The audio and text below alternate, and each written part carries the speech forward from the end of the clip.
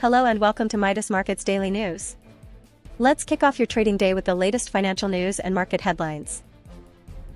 Hi traders, this is Jason with the market update. At the start of the week, the US dollar firmed against both the euro and the yen as traders stayed cautious ahead of a heavy wave of delayed US economic data. With the government shutdown now over, key indicators are set to roll out, including Thursday's non-farm payrolls report, which will offer fresh insight into the health of the world's largest economy. Tighter conditions in the repo market and rising effective Fed funds rates are lifting short-term funding costs, supporting the dollar.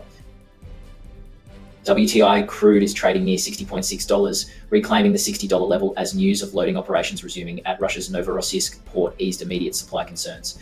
Still, Ukraine's continued strikes on Russian energy infrastructure keep the market on alert. ING warns that risks from drone attacks remain elevated, while Iran's seizure of a tanker in the Gulf of Oman adds uncertainty around the critical Strait of Hormuz. Meanwhile, sanctions on Russian oil tighten on November 21.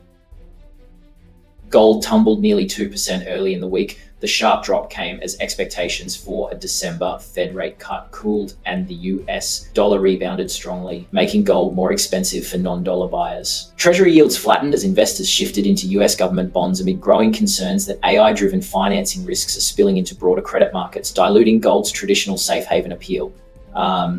Still, medium to long-term bullish views remain intact, with room for a sharp recovery once macro conditions turn. The yen is trading near 155.5, its weakest level in 10 months, as markets await a key meeting between Prime Minister Sanae Takaichi and Bank of Japan Governor Kazuo Ueda. Traders will be looking for clues on the BOJ's next policy steps and how officials plan to address the yen's persistent weakness. Reports suggest Takaichi may advocate a cautious approach to rate hikes while preparing a larger than expected fiscal package. Finance Minister Katayama also voiced concern over rapid, one-sided yen moves and their wider economic impact. The euro is holding just below 1.16 inches, a calm start to the week as investors wait for speeches from ECB officials.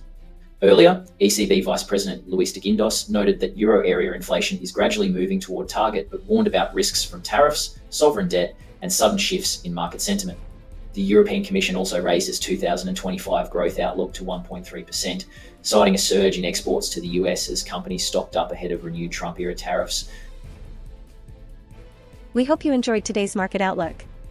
If you have any questions, feel free to leave a comment below.